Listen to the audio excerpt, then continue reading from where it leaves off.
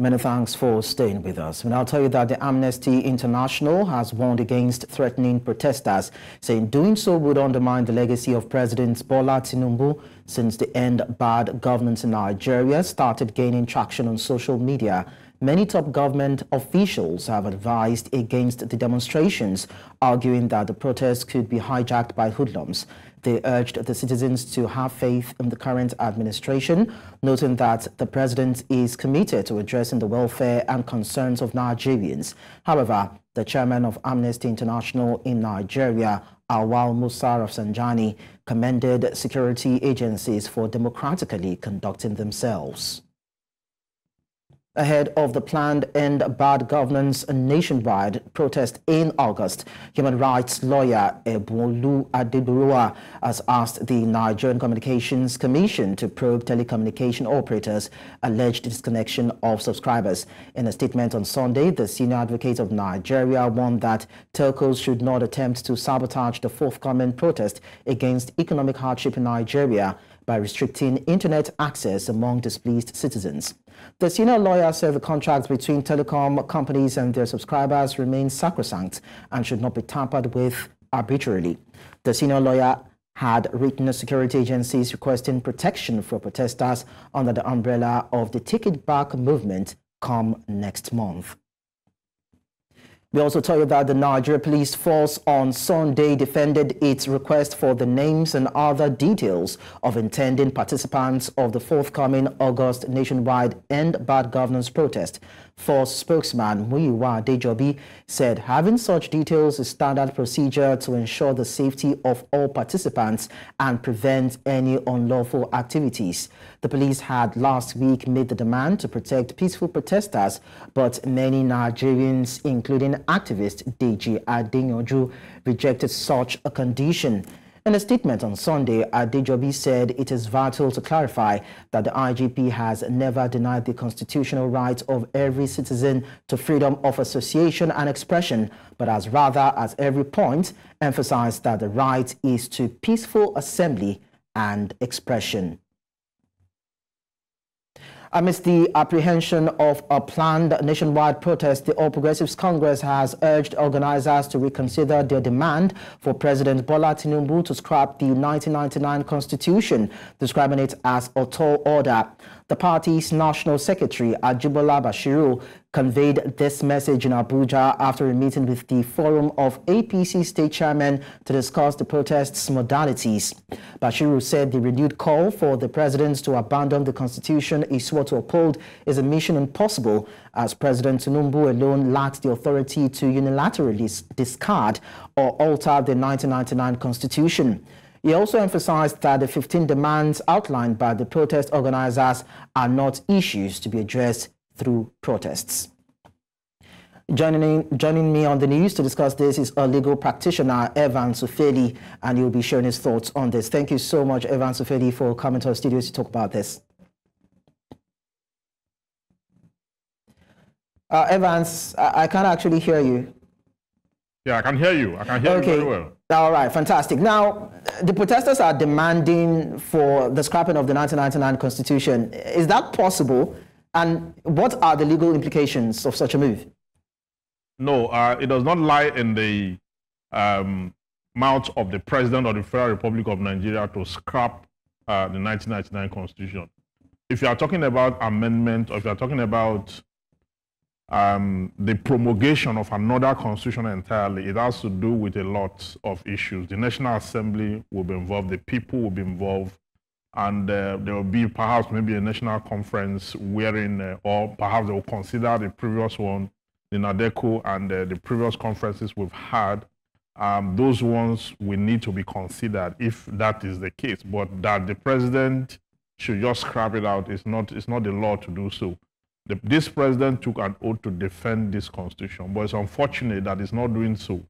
He's not doing so because he's not organized and he's not forthright in his approach to governance. And that is the problem we're having today. Nigeria is in a state of quagmire just because the executive have failed ostensibly, to look at the plight of the people and look the people eyeball to eyeball and say, you know what, we'll fix the problem, we'll fix your pain, and we'll ensure that will govern Nigeria well. The president is not doing that. He removed subsidy thoughtlessly. He didn't know what to do. He lacked systems. He lacked methods. He does not understand governance.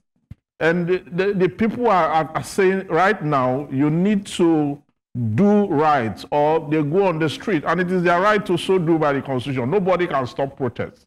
Nobody can stop. And this idea of asking people, telling people that, yes, you're right to protest, but don't protest.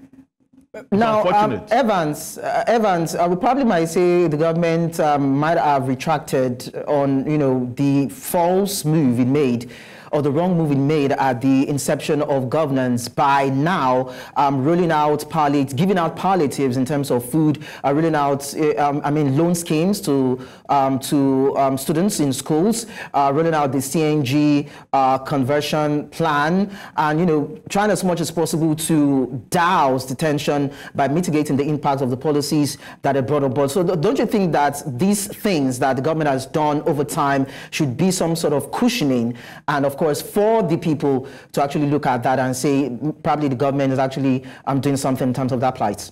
No, the palliative have not been effective. Okay, why disrupt the lives of the people only for you to now come back and start to scout and excavate a failing strategy to bring them back to track? Okay, it's unnecessary. You just, you won election, and the day that you are being sworn in, you don't even know what the records are. You don't know what the parameters are, and you just by mere impulsive proclamation. You don't rule 200. You don't lead 200 million people impulsively. It is never done, and that is why the protest is sacrosanct. You see, they got confused and they were talking about, okay, we're going to address it, palliative for some million Nigerian citizens. That one didn't work. At the end of the day, they took the money and gave it to governors. Governors did not do anything on palliatives, and then the issue became terribly bad. Okay? If the president had been sworn in and he took his time to look at the parameters, okay, to look at the possible consequences of that action, then he would have been able to navigate and manage in a way that we're able to come to a safe place. But what he did was impulsive.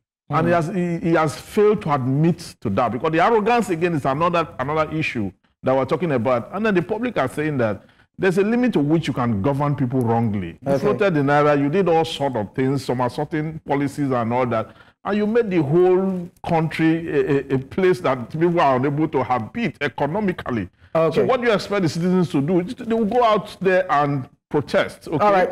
And the government should ensure that this issue they talk about, those who are hijacked, the fear that somebody will hijack it, it is the responsibility of government to ensure that it is not hijacked. That's their duty. They shouldn't be throwing that to the people. I understand, of course, I understand, Evans. Now, let's look at protests on the side of the protesters. So what are the legal rights of citizens to protest in Nigeria in a setting like this? And are there specific rules or laws governing protests and demonstrations so that it doesn't go south and they don't want foul? There are rules governing protests, okay? It is the people's right to assemble peacefully and then air their grievances peacefully, okay? We're talking about peaceful protests now. That right is the right of the citizens to so do. The right to protest is one of the earliest rights that made it up to, the Bill of Rights, okay, which is actually universal. And the guiding principle is that it must be devoid of violence, okay? And in the process of protest, it is the responsibility of the state to ensure that it does not break down, okay, that violence does not ensue as a result of that. So, but when they keep saying that it is your right to protest, but don't protest because of the fear that some hoodlums will hijack it, and I see that as, that is unfortunate. It further deepens the conversation that this government have no systems and methods, do not understand governance. What the government should do, the executive, is to empower the security forces to be in the protest and ensure that they're able to quell any issue that has to do with breakdown of law and order or those who want to hijack it. That's the responsibility. But as to say people should not protest, I don't know how you govern people this way. As far as leadership is failing anywhere in the world, there must be protests. And mind you, Nigerians protest every day. That's the truth. Some people protest in their homes. Some protest on their streets. Okay. Some protest in communities, in their schools and all that. As anywhere governance is failing, where leadership is failing, people will protest. So why don't you address these issues? I mean, the government have never one day talked about these primary issues that are affecting the citizens that they ought to address so that the citizens will not go out of hand. They keep saying, don't go and protest, don't go and protest. You're not fixing anything. Well, You're not fixing anything. After 1 year, you are saying you want to, I mean, what do you need time for? You're telling the citizens that they should give the government time. Time to do what? Time to keep mismanaging the people? The government should do what it ought to do by law. Do you think, Evans, do you think that a dialogue can suffice at this time during the course of these protests? Maybe there could be some compromise for a dialogue. Well, the dialogue is important, but the truth is that protest is part of dialogue. Okay? It's part of it. Protest does not mean war. It does not mean fight. It's people demonstrating and expressing peacefully their grievances. And that should be allowed. I don't think any government should be afraid of that. All right, so now, all right, Evans, so now the Nigerian police is saying that, would-be protesters should submit their details for proper documentation and protection. Of course, do you think that it's anything we need to hold on to? There's no law that said so. But if that is a part of the way they want to organize it, and then to ensure that there's a face between the government and the protesters, that is fine. But it should not be using bad faith against them thereafter, because we saw that during the NSAS protest. I mean, the NSAS protest was very peaceful. It was government that came and introduced violence to it. The soldiers came to introduce violence to it. Then today, when they tell the story, they will say that some hoodlums hijacked it. No hoodlum hijacked it. Soldiers came there to shoot people. They introduced violence.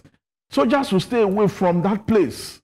Otherwise, when they get there, they will introduce violence again to it. Then the government will turn around and start chasing the citizens.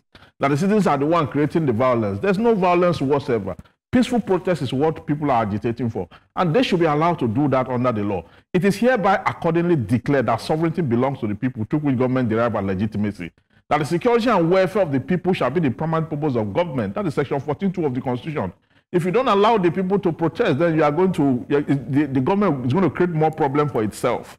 It is better you allow the people to protest now, because the way you are governing them, if they don't protest now, you prevent them from protesting now, they will always come back to this protest. That is the truth, because the government have no hold of the situation. It does not have capacity to manage the economy. It does not have capacity to prevent insurgencies from overrunning the country. And we have seen that it cannot even handle the exchange rate, the naira, the dollar, the foreign, and all that. So the people must protest, because the reason they are going to do that is that governance is failing. And anywhere in the world where governance fails, people will protest. Even if you look at the religious rites all over across all religion, wherein leadership failed at different points in time in human history, people protested, and it is critical. People will protest. Evans Ufeli, thank you so much for talking to us at this time. Welcome. We appreciate that.